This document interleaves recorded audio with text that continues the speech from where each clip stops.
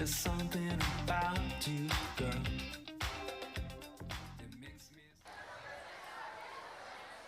Good morning, SAISD. My name is Mandy Holtzford-Suarez, and I have the pleasure of serving as principal here at Brackenridge High School. Welcome to Brack Nation. I'd like to start us out by thanking my administrative team and, of course, our heroes, the custodial staff. So thank you, guys. I also want to start out by going over a few logistics. So over the next few days, we will be having sessions in the CTE building, all 3 floors. There are stairwells that are located on either end of the building and a elevator in the center. We'll also use the music building, both floors.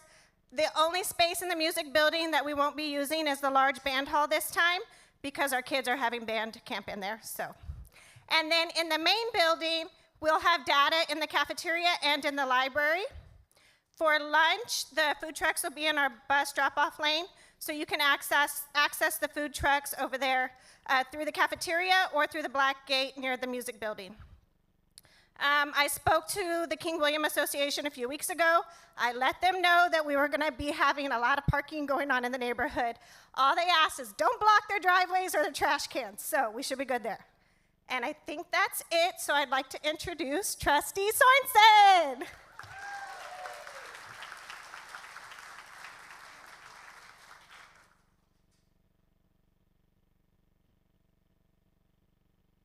Good morning. Again, my name is Trustee Sarah Sorensen. I represent District 1, single-member District 1 here in San Antonio ISD, so I'm proud to be a representative of Brackenridge High School, along with Fox Tech, Cass Tech, ALA, and Travis Early College High School, and many academies and elementaries as well.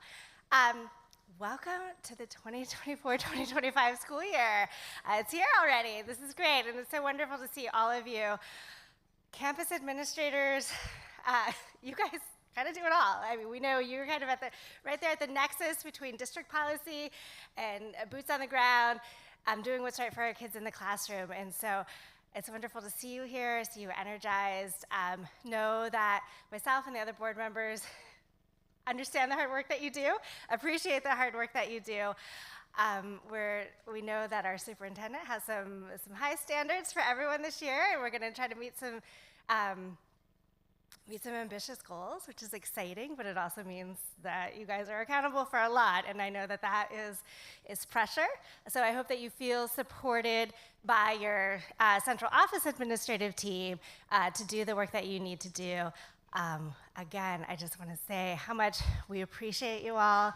I wish you all a wonderful school year full of excited, happy kids, excited, happy teachers and parents and families, and just wish you all the best. Thank you.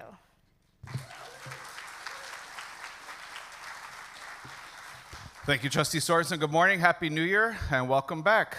We're excited to have you for the next 3 days, and we have a lot planned for you. So I want you to come here today with a stance of a learner because we have a lot to share with you and also a lot of action planning to do. So before I talk to you, I want to introduce our teacher of teachers, our amazing superintendent, Dr. Jaime Aquino.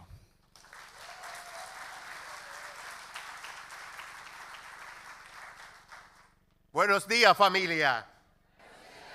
Good morning, everyone. And I also want to say Feliz Año Nuevo, Happy New Year. We are the most fortunate people in the world, those of us who are educators. We get to celebrate 2 new years. The first New Year is the school year and then the calendar year. And I say fortunate because it's an opportunity for us for a new year to reflect on the past and to renew for the future. And that's what these 3 days are all about. So I hope you had a great time, that you were renewed and got some time off and ready to make sure our students soar to unprecedented heights. That's what we need. That's what our kids are expecting. Now, you know that our theme, I don't know if you noticed, our theme is living in the 80s. I don't know if you noticed with the music and the decoration, which I have to tell you, I don't know much about the 80s because I wasn't born yet. So you know that I did not select the theme.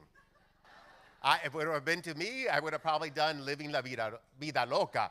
So I think it was Dr. Bird who selected the theme because he was definitely born in the 70s. So he knows more about the 80s than I do. But since I wasn't born, I've been told that in the 80s, wrestling was really popular. No, I'm not doing a wrestling match with Dr. Bird. If that's what you're thinking, no, that's not what I'm doing. But no, I did bring my wrestling belt.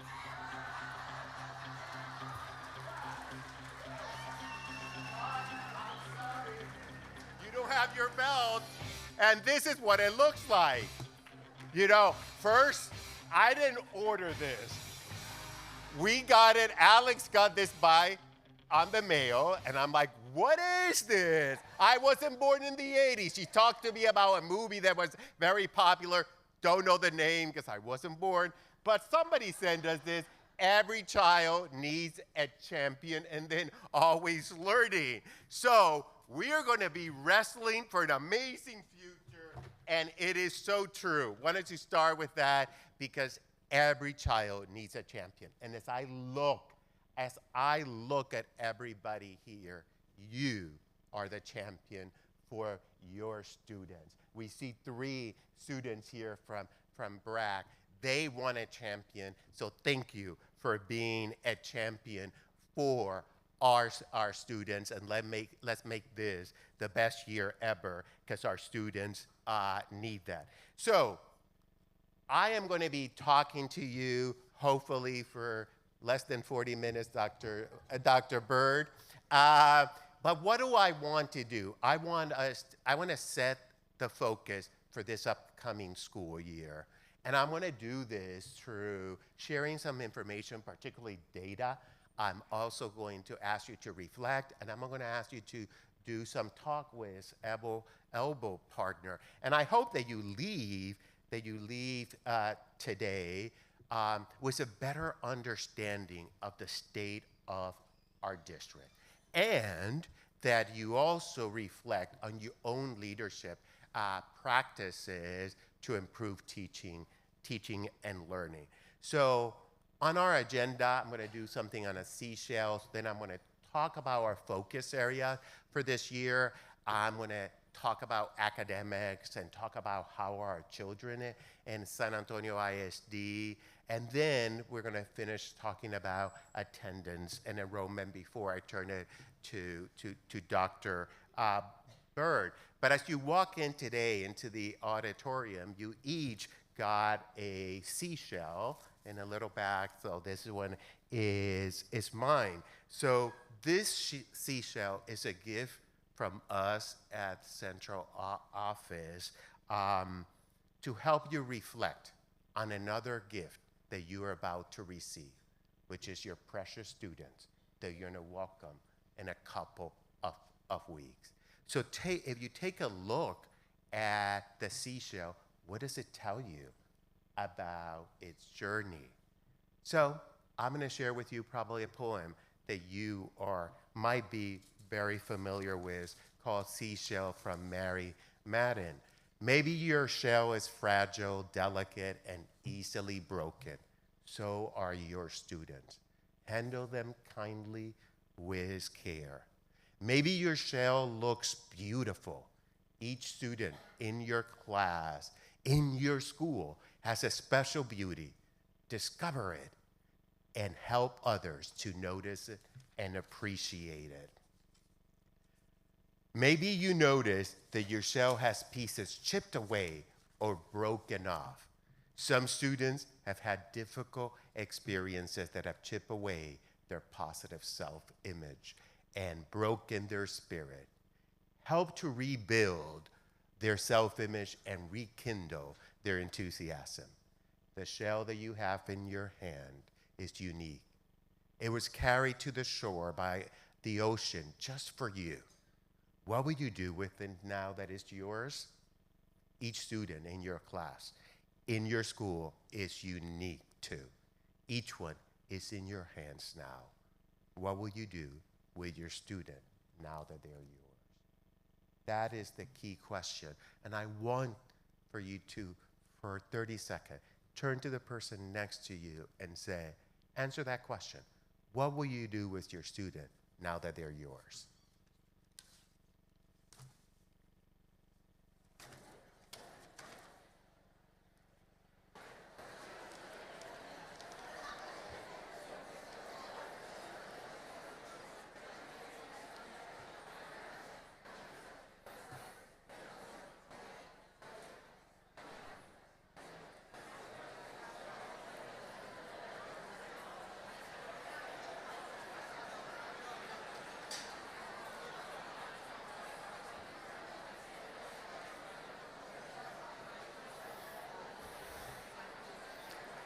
Okay, let's come back together as a familia. So, our students, like these shells that you have in your hands, had similar journey of resilience, persevering, challenging, and positive journey as well. So, they are students, have weathered the storms, just like the shell, and they will look to all of us for guidance, support, and mentorship. That's what I'm asking you to offer our students. You know, as I think about this story of the seashell, I'm reminded that last week we had the National AVIC Conference here at the Convention Center, and the mariachi, like Mariachi del Oro from Edison, was invited to perform, and I went there to support them, and of course, they were amazing. But it reminded me of the journey of our students. One of the students from the mariachi was really excited, very excited. And you probably think that he was excited that he's able to perform for a national group of thousands of people. That was not the reason he was excited. He was excited because for the first time, he has seen and ridden an escalator. So let that sit with you. We make assumptions. Here are kids, a 14-year-old had never seen or ridden an escalator. That's part of their journey. That is why it's so important what we do. We need to expose all our students. He was so excited, and when he told me the story, I was heartbroken. Heartbroken. Excited for him that he was that, but it took this long in this great city of San Antonio. That tells you the challenge that our students face. So as school leaders, you have the responsibility to help our students shine, nurture their growth, and ensure that they feel valued and safe, and expose them to the entire world around them like you would do for your own children. So let this seashell remind us of the strength and potential within each of our students, but also within each of ourselves. So let's make sure that we have a great year. Keep that seashell as a friendly reminder of what is at stake. So now, keeping this in mind in terms of the seashell, let me share with you what our foci will be for next year. And there are going to be 3 key areas, nothing innovative, nothing that's going to surprise you, but things that we need as a familia to address. So the first one is academics.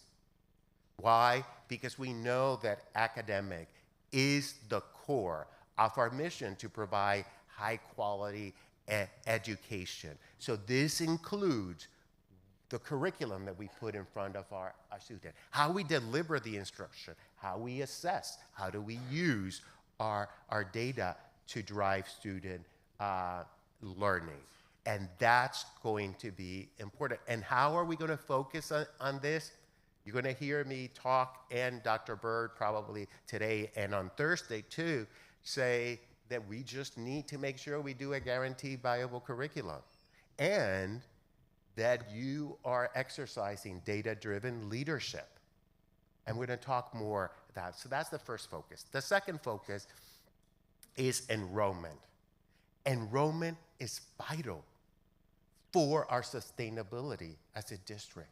We continue to lose kids and kids. So we, there's this saying that beggars cannot be choosy is like, we need to accept all our students and welcome them because they're amazing. Dr. Bird sent you an email, I think this week, in terms of making sure that if a student and a parent comes to you, accept them.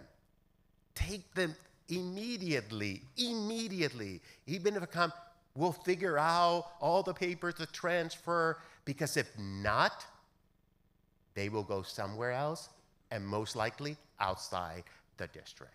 So we want to make sure that you are emphasizing the strategy to make sure that we are enrolling.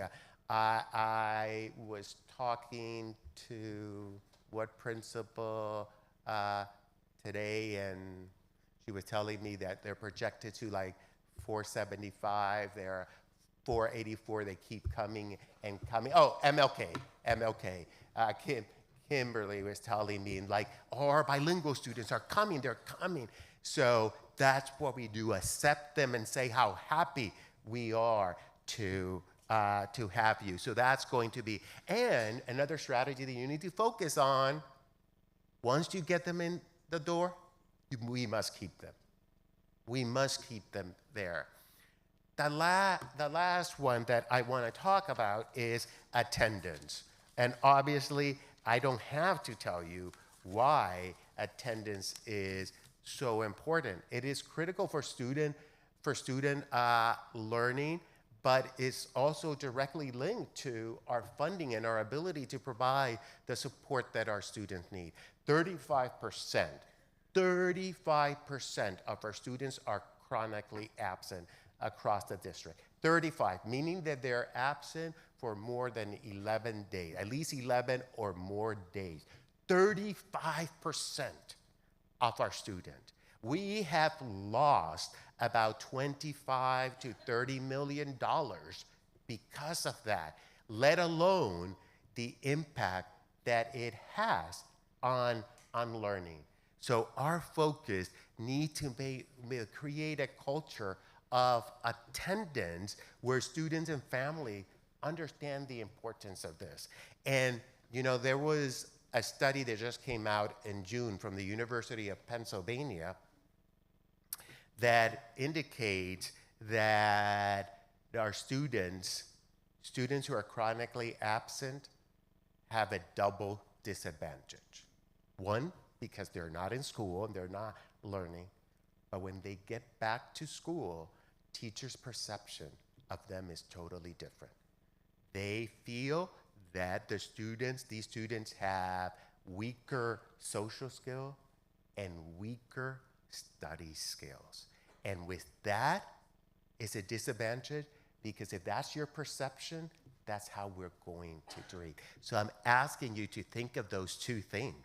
Think about attendance, keeping them there, but also when they do, eliminate and debunk those assumptions that teachers might have, because if that is what they come in, then they will likely be more chronically absent. So we need to make sure that we address that. Now, I'm going to talk about first academics now, and what I want to do is share with you and how are the children. So some of you have heard me say this story, but some of you are new, so I'll tell you, there is this African tribe called the Maasai, and which are known to be fearsome warriors. And they, when they greet each other in the Maasai, they greet each other by saying Kaseria and Giri, which in Swahili means, and how are the children? And even warriors, as fearsome as they are, who don't have children, always ask the same question, and how are the children? And their response is, the children are well. So imagine what a culture, the values, the importance of our children. So that's why we're always going to be asking, and how are the children in San Antonio ISD? So here's the summary of how they are in our district. We face low proficiency and high rates of students below grade level, indicating widespread underperformance. And I'm talking because I'm going to be talking about EOC and STAR. As I'm talking about this, I know that this is one measure, the STAR and the EOC, and that I believe we have to have a body of evidence, like a photo album, different snapshots. That's why this year we will be rolling out our school performance framework, and you'll hear more about that on Thursday from Dr. Bird, because we want to have a greater collection of evidence. But regardless that right now it's only EOC or STAR, I can tell you that even though it's a snapshot, you need to ask yourself, is that snapshot telling us the truth? Ask yourself, because Dr. Bird said it the last time in June when he greets and shakes the hand of graduates at graduation. He's asking himself, are you really ready to go out to the world? Did we really prepare you? So we need to make sure that we're asking that, independent of whether it's on STAR. You should be asking yourself and your teacher every single day, every single minute, how are our kids doing? So we are going to continue using Always Learning, our strategic management plan for system-wide improvement. We have been doing it thanks to Patty Salzman, who oversees this huge piece of strategy. And even though it got under the radar while we were doing right sizing, we were still implementing Always Learning. There were incredible things that Patty was able to lead us. One of them was right sizing, which is part of the Always Learning, and was initiated to tackle the inequity by consolidating smaller schools so that we can better support our students. And still today, as we open this school year, we're going to have 30 schools with less than 400 students, which are really small school. That's why we need to continue having this conversation. That's why enrollment and attendance are very important. So now is the time to focus on our plan, strategically directing our resources and organizing our efforts school by school, classroom by classroom, and student by student. That's what's going to take, given how disappointing our results were. And though we were disappointed with the result, there were some bright spots, and I want to begin with some of those bright spots. You can see it there. This is a end of course assessment at the high school, where you see that we are making progress at the high school level. Look at all in those. These were the gains of students passing. And I put the passing, but the most important was, because for us, it's about meeting, because it's a grade level. So we also saw a parallel in terms of that. And actually, our growth, as you can see in the yellow, and the end of the course assessment surpassed the state's growth. So we're heading in the right direction, but we still have to accelerate it, because we're coming from a lower level compared to the state, and our gap is really big. Star summary, there was some bright spot, not a lot. Not a lot. This is what we need to accelerate the growth for our elementary, because we realized that our results were not good enough. I mean, here's some bright spots in reading language arts in grade 4 and 6, and both passing and meeting, like grade 8 in math as well. And though at many times our decline was not as severe as the state, meaning we did better. However, it's nothing to celebrate because we had a decline. And as I said earlier, the state starts, and you'll see it in a line graph in a couple of minutes. They start at a higher place of performance than we do. So now let me go over the STAR and EOC results. So here is our SAISD compare to the state. And what you will notice, the key is the following. The darker green means greater increase than the state. The lighter green mean an increase for us, and not as great, but still higher than the state, which is really good. Pink means we had a decrease compared to the state at the same level as the state, and the dark red is a greater decrease than the state. So here's a great story for us. It's a really great story because look, all the greens, which means that our increase in the EOC was larger than the state at most performance level. And that's important to us because we want to make sure that we catch up and surpass the state. Now, when we go to STAR for reading language arts in English and Spanish, take a look at this. Now, the key is the same. Now you can tell that we did not do as well as the state, except in a couple of area. But here, the bottom line, 32% of our district students in grade 3 to 8 are reading on grade level, similar to last year.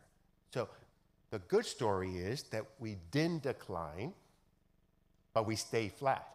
That's the bad part of the story. So it can tell you what we need to do, and think about that. Less than a third of our students are reading on grade level.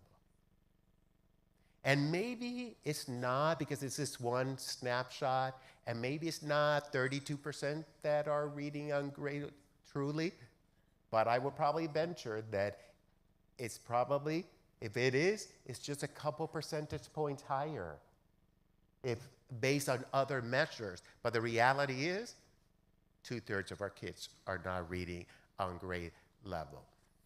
Math, look at math. Math is killing us. And you can see how we did compared to the state. Look at all the reds, declines of 8%. So what we're saying here, that only 20% of our district students in grade 3 to 8 are on grade level. And we saw a decrease of 3%, 3 points compared to last year. In reading, we remain flat.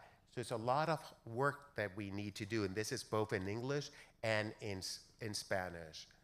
The same pattern for social studies and science. We're seeing declines both in the state as well as ours. So we just need to continue accelerating our growth.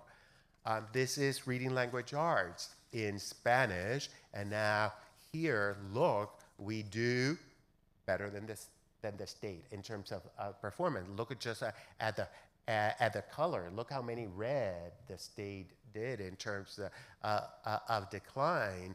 But we still need to do better with our emergent bilingual. So how do we leverage this to make sure that we're saying, this is math. So in math for Spanish, you can see, we did in many areas worse than the state, particularly in grade 5. So we need to do something with mathematics differently as well as in reading. So those are our results. As you know, we have 4 board goals, and today I'm going to talk about 3 because 3 of them relate to our data from STAR and EOC.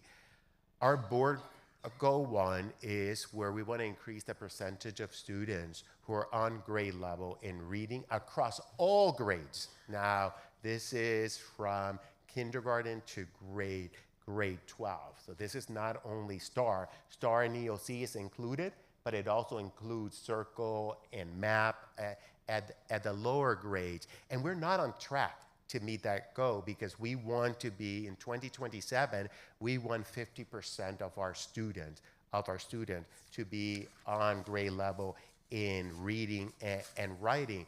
And we did see an increase of 1%, 35 to 36, which is that light green color, but our target was 41. So even though we saw 1%, it just talks about that we cannot be satisfied with 1 year growth. We can't. 1 year growth is what's good for when students are on grade level. That's what you want. To catch our kids, we need at least a minimum of 1.5 years of growth, in some cases 2 years if they're going to eventually catch up. So we need to accelerate. The board goal 2 is we want to increase the percentage of our Black students who are on grade level in math across all grades, again, from kindergarten to 12. Here, look, we did a 3% increase, 3 points increase from 19 to 22. So we're happy that we're moving in the right direction, but our goal was 29. 29, because look how low our Black students are performing, that we only have 22% of them on grade level. This is a systemic issue. And this is the educational debt that we owe our Black students, our Latino students, our special ed. So we need to do something differently, and I want you to keep that in mind. The third goal is the only one that we are on track, and this is to increase the percentage of annual graduates with IEPs receiving instruction and services in the general education setting. So this is just in the EDRA. This is not ALE and although other self-contained unit who met the TSI college ready standard in both English, reading, and math. And here we met it. We actually doubled. We went from 7% to 14%. We celebrate that because we double that. That's what we need to do. We need to double that because still see the other reality, only 14%. 14%. So if we could double, let's triple this because this means about the choices our students will make. So now let me share with you some district and state comparison 5-year trends. Look at this in reading first. So in reading, we should be proud that we have exceeded our pre-pandemic levels. We are. We went from 31 pre-COVID to 35%. And actually, 35% on a much more rigorous assessment that was compared to in 2019. So we celebrate that we're heading in the right direction, but still, we are only at 35. And look at the gap between the state at 53, us at 35. And compared to the state free and reduced lunch, EcoDis, we're also below. Now, the story is different in mathematics, because in math, you see that we are not recover.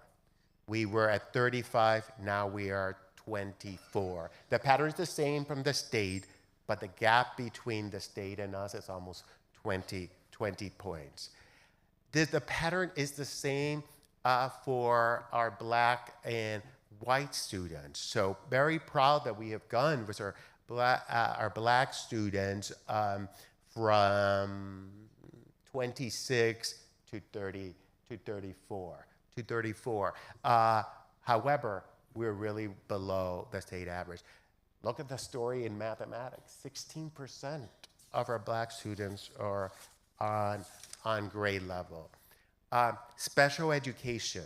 Special education is, if you look at special education, we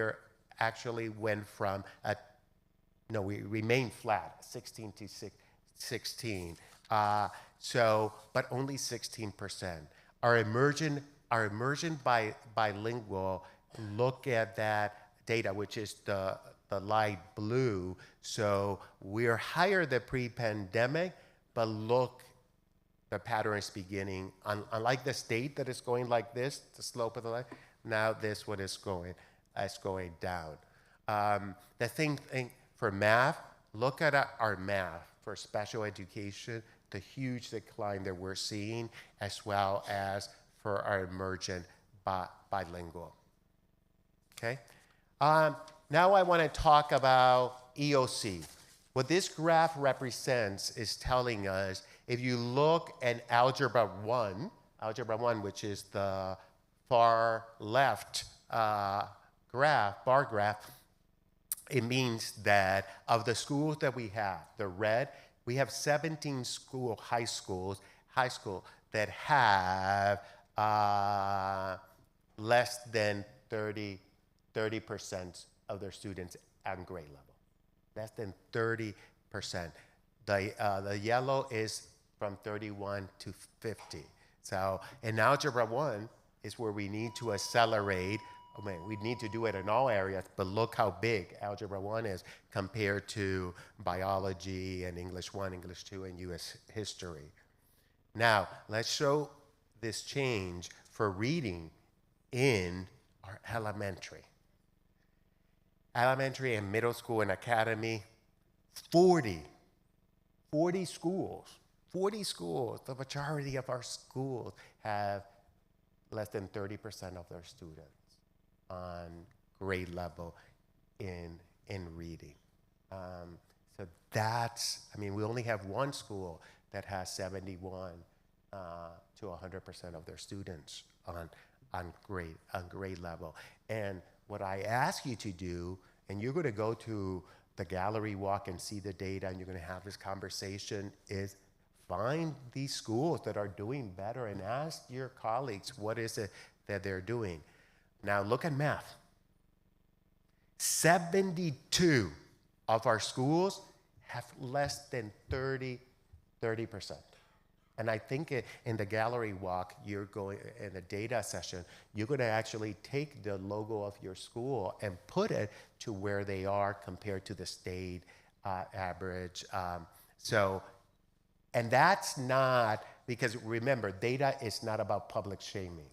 Data is about us learning. We want to do that so you can begin having conversation when you see those charts, saying like, oh my God, but why is it that Cotton or Wilson are doing better? What is it that they're doing that we need to look at?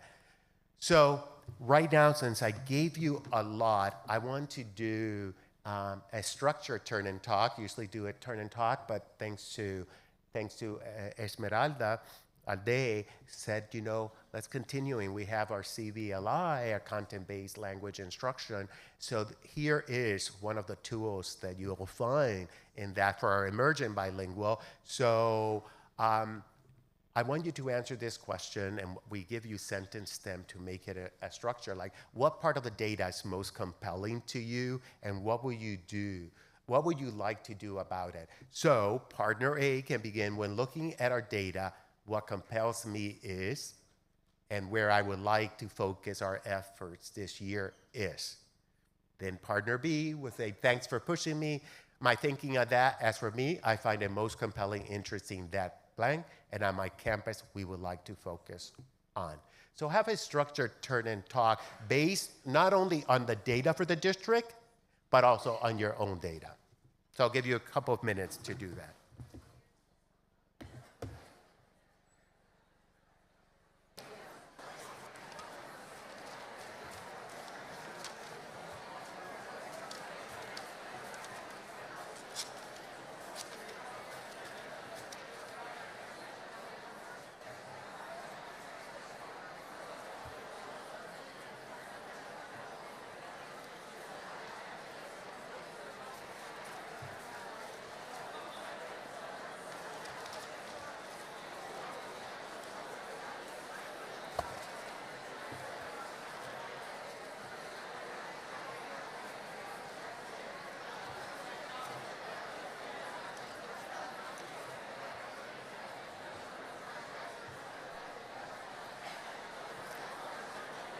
Okay, let's come back together as a familia. Probably not enough time, but Dr. Byrd told me I only had 10 minutes.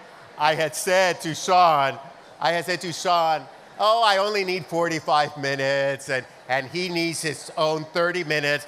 And so let's come back together. And now, let's talk about what are some insights from research. What do studies reveal about what we need to do to transform schools? And I will go over this very, very quickly.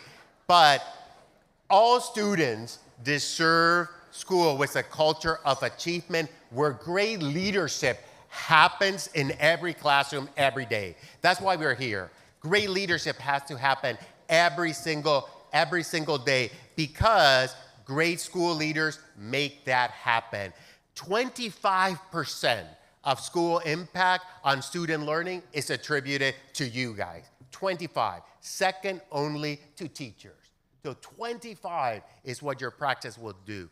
16 points is the annual impact on math achievement of having an effective principal versus an ineffective principal. That's what the research says. So we want to make sure you're all effective because of that.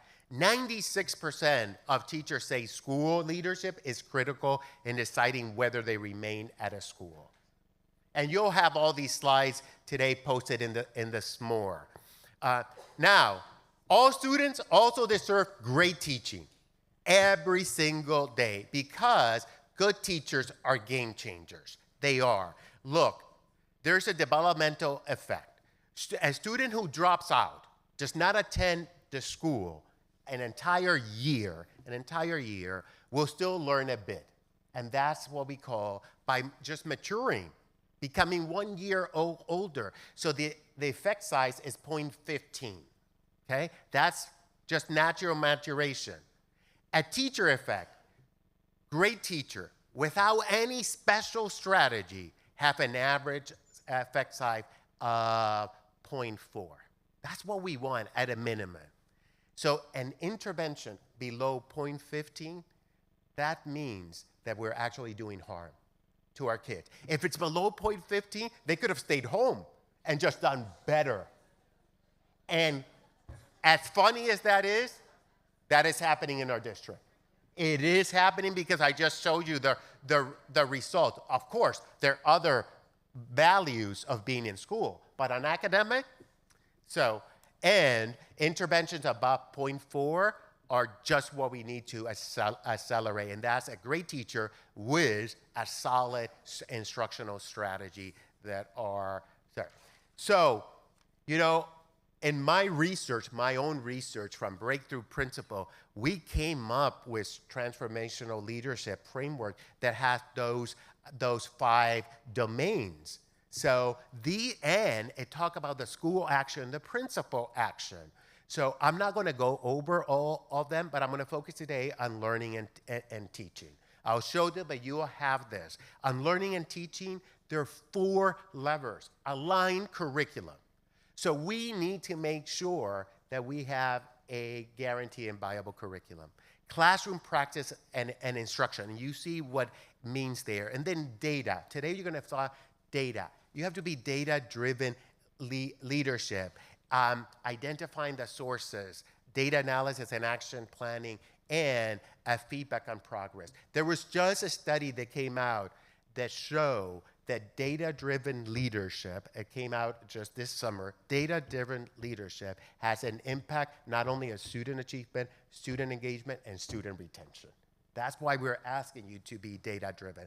You're going to have all these to see, but those are the part. I'm going to skip this turn and talk, but think about what the research do. So what is our course? What's next for us? Our overview of improvement approach is we're going to create a culture of a positive growth mindset. What do we mean by that? We need to know, your teachers need to know that we can do this. And our kids can step up. That is. And we are going to have a data-driven culture for improvement, not a culture of fear. I don't want us to transform and get results because people are afraid. Those scores will never be sustained. And we are not going to, as you hear me, going to teach to the test. We're going to teach excellent every single day. That's what we want. So here's creating a culture of great teaching. It's not a new law or method or technological advance that's going to create success. Good teaching is simply good teaching. But good teaching needs to be paired with a rigorous curriculum and rigorous instruction, and not to teach to the test. We need to prepare our student and do testing as a genre so that they are familiar with that. So some of the things we're going to be emphasizing is in curriculum, you need to ensure that you're delivering a guarantee and viable curriculum that is high quality instruction material. And when I go to your school and when your instructional superintendent and Sean and Patty and everybody goes, my first question is, do you have a guarantee and viable curriculum? And then I'm going to ask you, what is it? And then I'm going to ask, do you have a mechanism to ensure that you cannot be in classroom every day, but you need to have a mechanism to ensure that it is being delivered? Listen, I know we have some are doing Amplify, some are district-wide curriculum. The bottom line is this. Choose a curriculum and stick to it. Choose a curriculum and make sure it's a high quality, but that's not happening in many of our schools. Even when you have a curriculum, we go into a classroom, it doesn't look like the curriculum you articulated. So choose one and stick to it. And you'll hear more because we're going to go into a district-wide curriculum, okay? On instruction, make sure that you are embedding writing into instruction. Schools who had a focus on writing did better. Statewide did better on our assessment. Have high quality standards aligned instruction, but also high quality standard aligned tasks. You can have instruction that is rigorous and aligned to the standard, but then you have a task that is on grade level, but it's not high quality. So it defeats the purpose. So on assessment, we need to make sure that our students struggle with not only with the content, but the format. We need to make sure that our students are exposed to the format. That's why we're saying, beginning in second grade, I think Eva's here, everybody should have, all students should have a Chromebook. If you're having, I know some of you have iPads in the upper grades too, students they don't take the assessment on the iPad, so make sure that they know the tool. And we're going to administer STAR instead of MAP for grades 4 to 8. We'll still do MAP in grades K to 3 for some accountability measure. Here is how poorly we're doing in the format of the test. 50 to 76% of our students got no scores on graphing or a drag and drop or inline choice, which is our drop-down menu. This is what the test would look like. I gave you samples, you'll see it, of what they look on the test. But look at this graph. 79% of our students in third grade got 0 to 4 points. Less than 4 on a scale of 1 to 10. That is significant for us, and you see it at all. So we need to make sure that we're embedding this. You can see it. I talked about that. Now, I'm going to very quickly give you a model, not the model, because you're going to learn more throughout this session about professional learning sample. I'm going to give you a model of a school that I work that was posted on the front page of the newspaper because they had the highest achievement gap. And then we thought it was a school with doing well, amazing principal. And then this is what she did. We worked together to develop this. So you as a principal have to set the structure for PLC so that they make sure that they have time to meet. So then the principal holds, this is what Carrie did at the beginning of the school year, a professional development session, looking at the data and selecting areas of focus and what are their goals, which are aligned to the district and board goals or the campus performance objective. Then you have the PLC and teacher teams. And teacher team be that grade 3 or math teachers, and they meet every week. And here's the cycle of possibility of what it could be. The first meeting, the teachers select, review all the data for their students. Like I said, third grade. They select 3 focus students that they want to think about. One that is at meet, one that is approaches, and one that did not meet. It could also be a special ed, a black student, or emergent bilingual. But have 3 focus students. They discuss strategy to support the student. That's on week 1. Week 2, and then I put what the leader task should be doing, and you can see that later. Week 2, the teachers come and talk about how are the focus students, those 3 students, doing. They bring all the data. They look at the unit of study. They unpack the unit of study, make changes to the unit of study based on those 3 focus students. This is what I need to make sure to adapt that need. Then they go and teach it. The third week, the teacher now bring student work and assessment of those 3 focus students and say, what did we do? What would work well, what did not work well? And then they adjust their practice. And that continues to week 4 through 8. You repeat that always. And then week 9, you do your benchmark assessment. You administer a benchmark assessment, and if progress is not being made, this is what Carrie did in our school in Denver. She called me, I was in charge of instruction, she called me and said, 9 weeks, we have been doing this, but we don't see progress. We need somebody from academics. So they call somebody from academic, we send somebody from there with a team to help the teachers, and they did that. That is what we call job-embedded professional development, and the cycle continues. You're going to get these kits, which are amazing.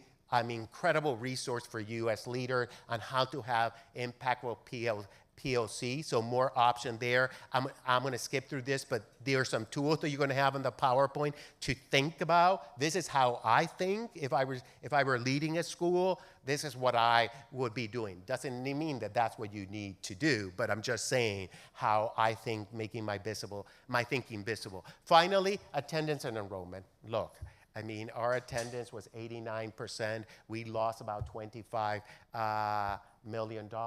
So we need to accelerate enrollment and attendance. So I'm not going to do this. Okay.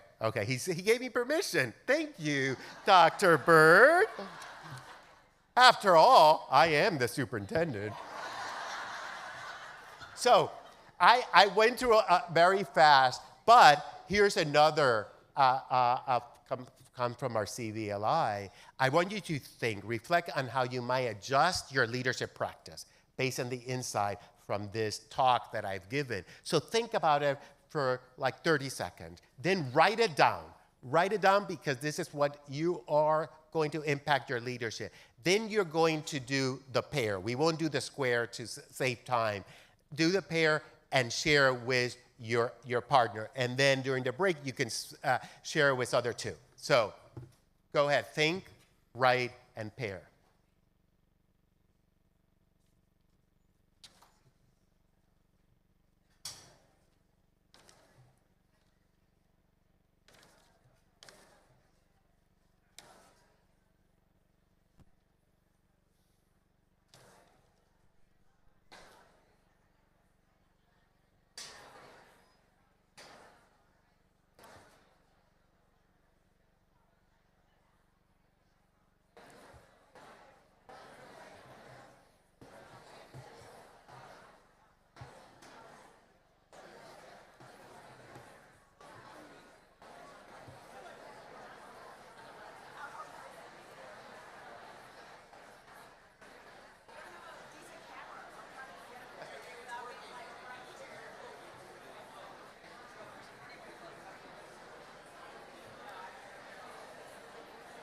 Okay, let's come back together.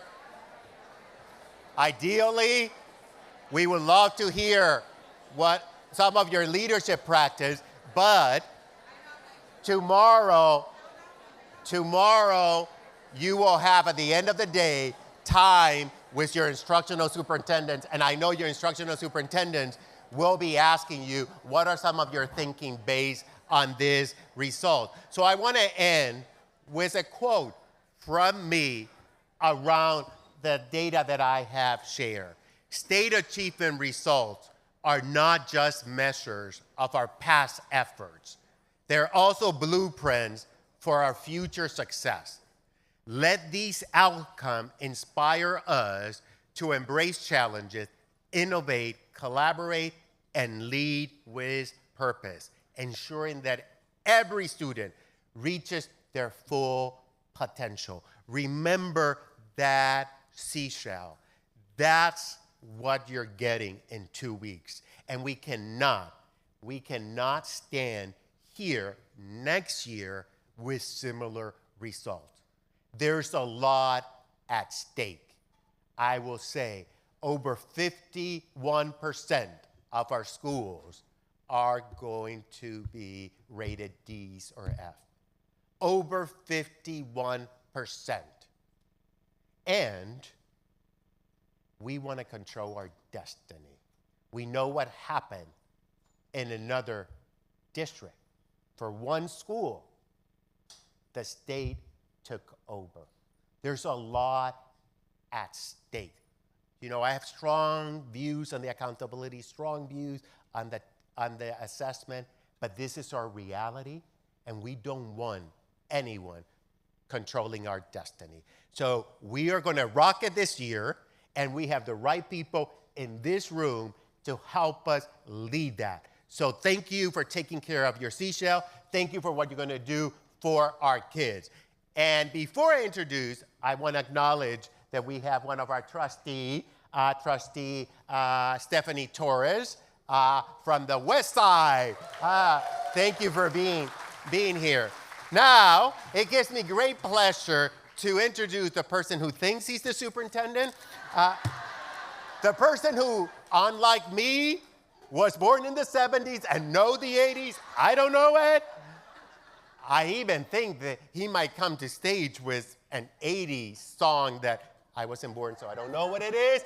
Please give it up for Dr. Sean Bird.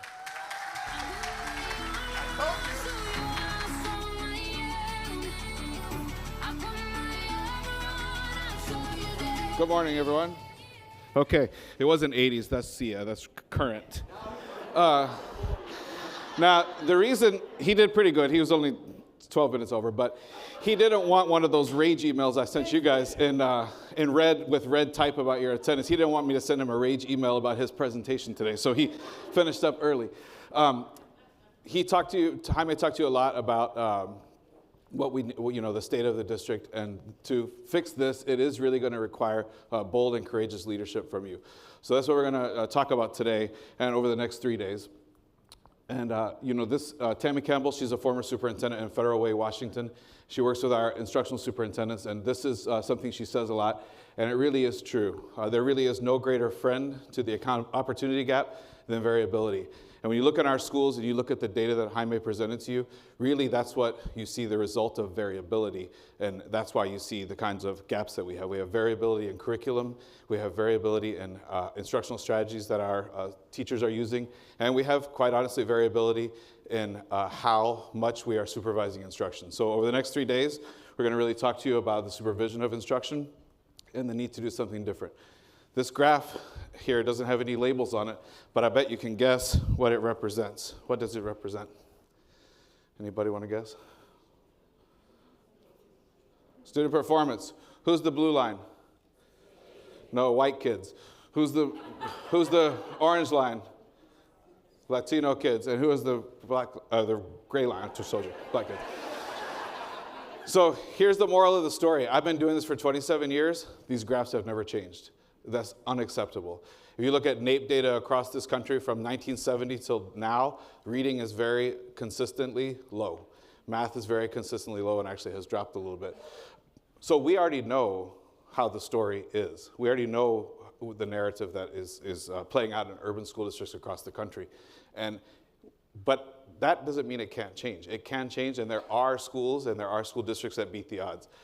In Los Angeles, when we worked in LA, even during massive budget cuts, $1 billion 1 year budget cuts, we still performed in the top districts on NAEP data. I think we were only beat by Miami-Dade because they have very tightly managed curriculum. But even so, but yes, we had right sizing. Yes, we have, attendance. Yes, we have all those things. It can still be done, and it is done across the country. And Los Angeles is it's 80% poverty. So it can be done in places, and it has been done. Part of what I want you to think about is if you think about systems, there's loose and tight. Things are loose and tight. In loosely coupled systems, those focus on site-based management decisions and tend to not focus so much on student achievement as a system. Versus a tightly coupled system, there's a different view for leadership and a different role that leaders play. It's a pretty easy quiz, but which one are we? Yeah, loosely coupled system. I told you the last time in June when we talked about accountability and autonomy and all those things that are important. And yes, autonomy is important, but you still have to have some tight things. You still have to have some non-negotiable things in how we operate. And we have to have non-negotiables around instruction and around what we expect for student achievement and the things that we're putting in place to support teachers to do it. Because it's not enough just to tell them, to do it. When I was a new teacher, I had students in my class that didn't get it, and sometimes my strategy was louder and slower. That doesn't work. If that doesn't work, and that's what we do. We do that a lot of times. We just think it's good, and hope is also not a strategy that's going to work. So we have to do something and set really specific goals and have really specific actions to make that happen. You bring your whole self to work every day, and I want you to think about who you are, not who you are on Friday night when you're at the club. But who you are when you come to work. You are a leader in this school system that is charged with improving outcomes for children. We place a lot of trust in our principals and assistant principals, instructional coaches, all the administrative staff, because you're the ones that make it happen for kids every day. When you really think about who are you and who do you bring to work every day? When you turn to your neighbor, I'm going to give you 30 seconds to think about who you are, because you may need some time. Because that influences what you do every day. All right? So turn to your neighbor and talk about who you are.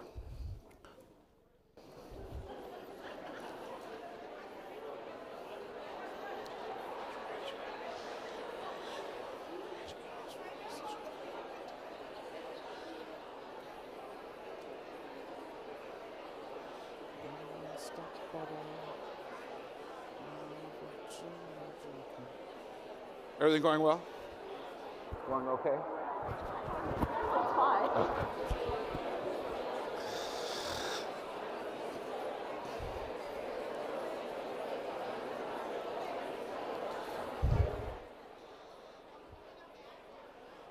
I know.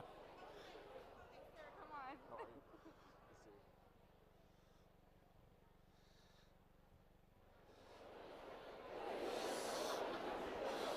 Okay, come back together, please. Hear my voice, clap 1 time.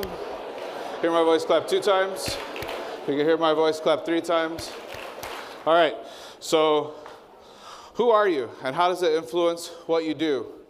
I will tell you that I am a first-generation college student in my family. I grew up in a single-parent household. I grew up a gay kid in Texas, way before Will and Grace was around, way before that was socially, okay. All of those things influence and impact who I am and who I bring to work every day. And if you've heard me talk enough, you should know some of those things. You can see them in the expectations that I have for adults, because I know what a high-quality public education is because I got one. And I wouldn't be standing here today with a doctorate from the best school in the country, the University of Houston, if I did not have, oh, by the way, 7 Olympians in the University of Houston. And Carl Lewis and all, but anyway. I would not be where I am today if I didn't have those experiences. And that is who I bring to work every day. And when I was a teacher, I had expectations for kids based on who I am. As a leader, I had expectations for teachers and kids, and I continue that today. You have to know who you are and how that shows up in your leadership every day and how that shows up for your teachers every day. And sometimes we have to, show up differently for people in different ways, because some of us, I'm a very direct person, as evidenced by the email I sent you the other day. And so sometimes we have to moderate some of that, but that should not excuse having high expectations for children. So I want you to think about that as we go into the school year and how you're showing up when your teachers come back to school on Friday. We work in systems, and the outcomes are predictable. The outcomes are predictable by race all across this country. That was the first graph I showed you. There are mindsets that diminish student performance. Here's a big one. This is a study from TNTP that I've talked about with you before, the opportunity gap. If you look across the country, a study was done in 2016, I think. 82% of teachers actually say, yeah, the standards that the state sets for us, those are the right ones. I believe that. Those are the right things we should be teaching kids. Yet, only 44% of those same teachers said their kids could be successful with it. How does that work? That's a mindset problem, right? That, yes, they're right, but these kids can't do it. We have to work to improve that. In NAEP data in 2022 showed this, but 91% of fourth grade math teachers across the country reported using different standards for different groups of kids. And I bet you, and so this is national data, but it probably happens here too. I don't know for sure, but I think it happens here too if you go into our classrooms and see what happens. So these things are lowering student achievement. And I think adults should be very happy when they come to work, but not at the expense of children's success.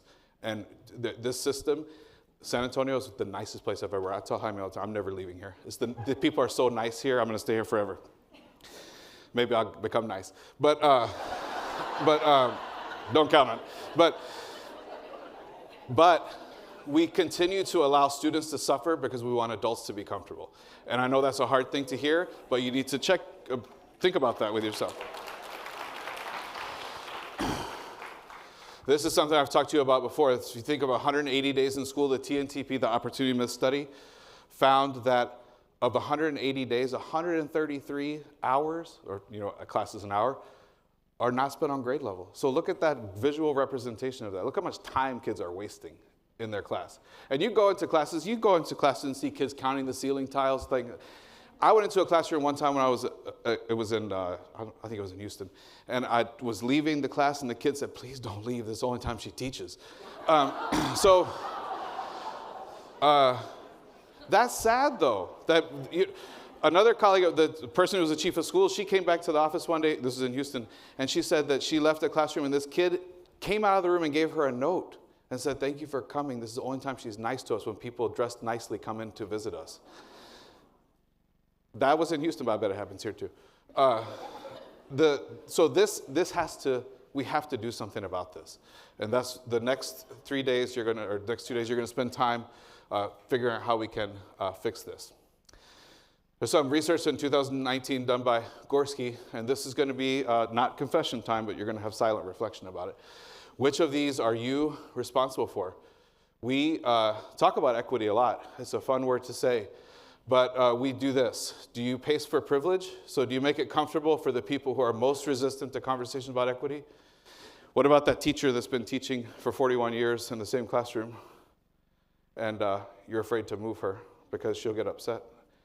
Or what about the one that nobody passes the AP test, but she doesn't want to teach those kids, and she doesn't want to have conversations about that?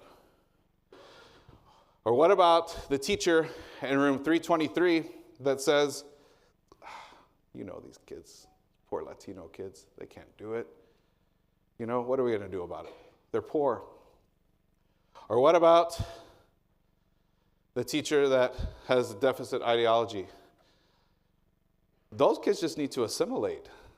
They're in the United States. They got to get it together. This is America. We're going to make it great again. Sorry.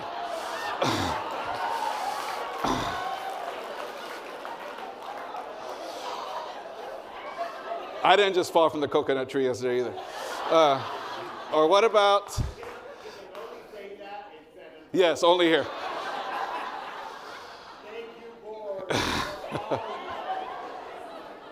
Or what about the ones who celebrate diversity? Do we only celebrate black kids in February and Latino kids in September during Heritage Month? So I want you to think about which of these, and it's not confession time, you can confess to yourself, which of these are you guilty of allowing to happen in your school? Because I bet you're guilty of allowing one of them. And I want you to, actually, I don't want you to turn and confess to anybody what you're going to do, but I want you to confess to which one, what you're going to work on this year of these areas. And it could be one that's not up here. These are the common four.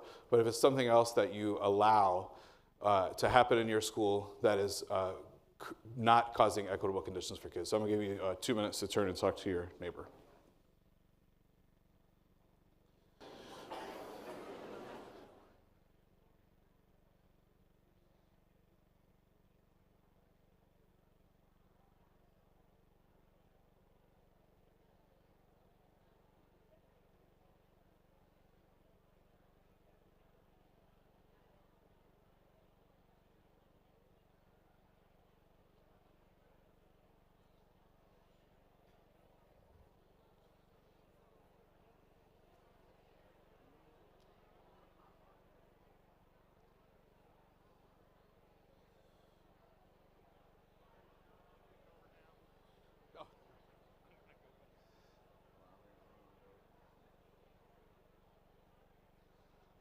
Turn the music on, just like low though.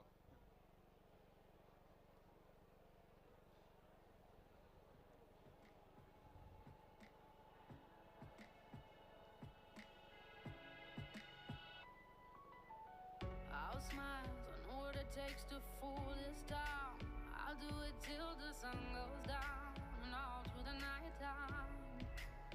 Oh yeah, I'll tell you what you wanna hear. Keep my sunglasses on while I shed a tear. It's never the right time. Yeah. I'm gonna lay you on my own, so you want somebody else. I'm gonna lay you on my own,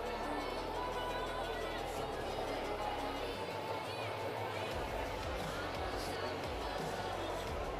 I'ma put you in some mix. So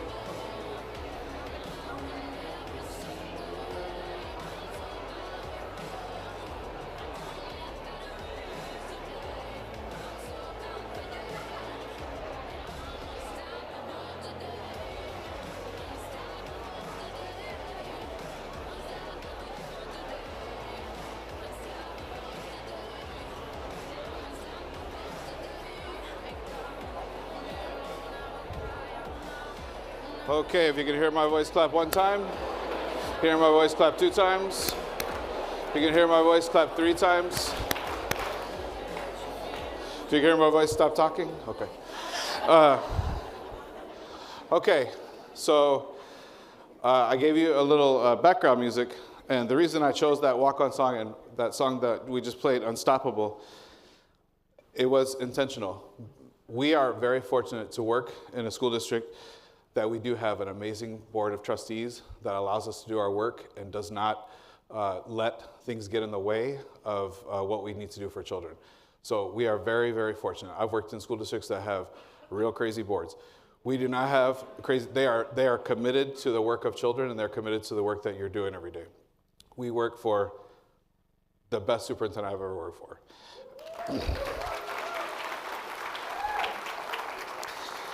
He did, many of you know that I worked with him and for him in LA. He gave me my first central office job, and so I've known him for a long time. We've only worked together in LA and then here. But you do not find superintendents that have the instructional background that he has and are willing to go into schools as much as he does and you know, he obviously cares. I've been with him in schools. He knows kids he knows fourth graders come up to him and he knows about their family. You don't see that in superintendents. So we have a great board, we have a great superintendent. I think we have the best district leadership team, and that's you, principals, assistant principals. These are solvable problems, but we do have to check the things that we are ignoring, and that is we're allowing adults to be comfortable at the expense of children. The things in the system are here to make it work. It's up to us now. And that's why I love the song Unstoppable, because I think you are all unstoppable. If we put our minds to what we need to do for children, we will have different results. And so I believe in every single one of you, and I know that over the next several days, you're going to be in sessions. The academics team is going to, you'll see hopefully that the work is very aligned with academics and school leadership. And you know, as you know, we just went through a slight reorganization where that is one team now, and that really is designed to support you better. So that's another quality of a good superintendent who will make adjustments when we need to support the system. So you're going to see alignment, and what the instructional team is going to go over with you is the instructional frameworks, because we have to address the curriculum issues. And part of the issue is you first have to use the curriculum. And so if you don't understand the instructional framework, you'll never use the curriculum, which causes problems and causes variability, which is the greatest friend to the opportunity gap. So you're going to have those few days, then we're going to come back Thursday, and we're going to have some call to action for next steps forward. But I want to really sincerely tell you that you can do this. We can change the outcome for kids. We can change what happens every day in our schools, and we can improve student achievement here. I know that you're the people to do it, and I want to thank you in advance for your efforts this year, and thank you for everything you do for our kids. And with that, I'm going to finish on time, and I think Angelica, do we need to say anything else? Okay, you can bring up the music again, and you can go to your session. You have about 10 minutes between the break. Thank you.